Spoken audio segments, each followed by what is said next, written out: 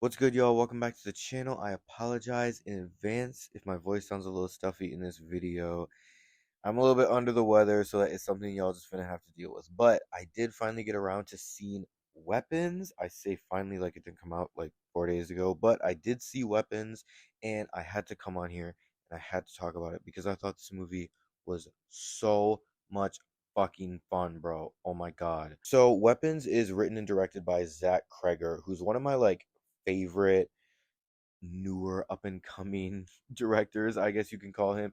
Obviously, he wrote and directed Barbarian, and he had worked on The Whitest Kids You Know before that. I'm just a really huge fan of his writing style and the tonal switches in his work.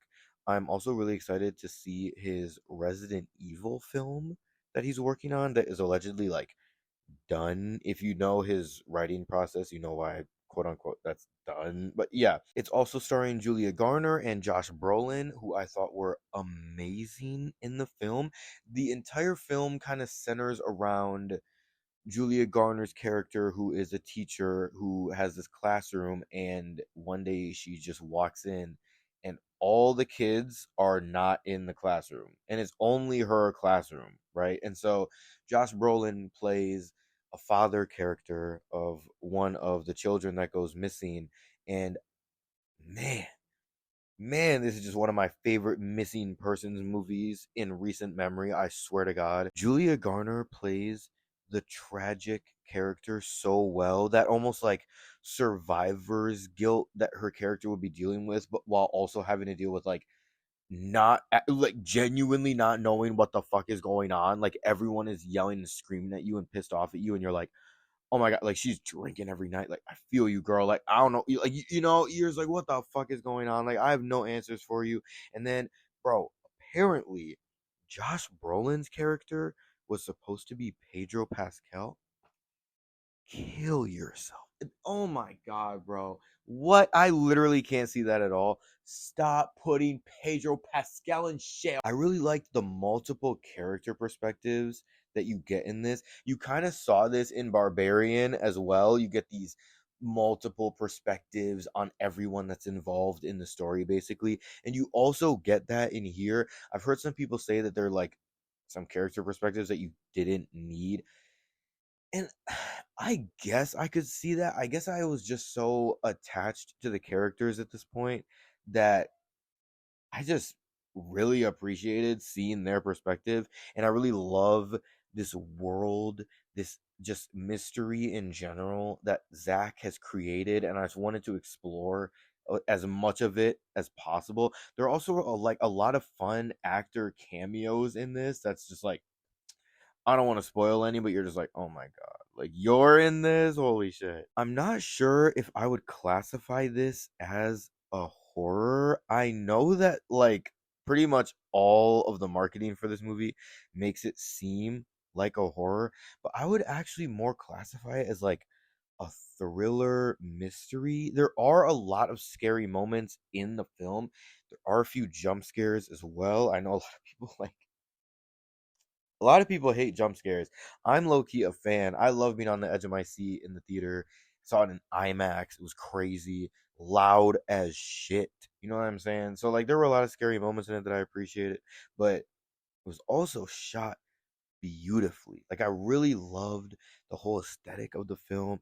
It was never slow, had a really good pacing. Some people would classify it as a slow burn, but I genuinely didn't think it was slow at any point in the film. Like I said earlier, this is one of the best missing persons movies I've seen since Prisoners, which is ironic because they studied that heavy, specifically the way to make a case like this hit in the suburban context. You know what I'm saying? They definitely did their research with Prisoners, and it shows, but not in a copy their homework kind of way.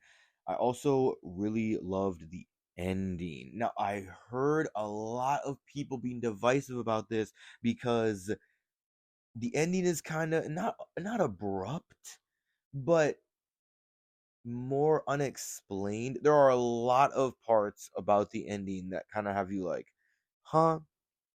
But I appreciate that. I really appreciate that. I think that not everything has to be explained. You know, to kind of tap into Zach's directorial style and like filming method and everything like that, he takes a lot from David Lynch and RIP, the greatest, the legend, the one and only David Lynch. Um, and one of those things is not everything has to be explained. Not everything has to be completely laid out for you and mapped out for you. And you know what? I really appreciate that. Um, this movie is obviously influenced by like Magnolia, Prisoners, like I said. There's also a lot of The Shining in there as well.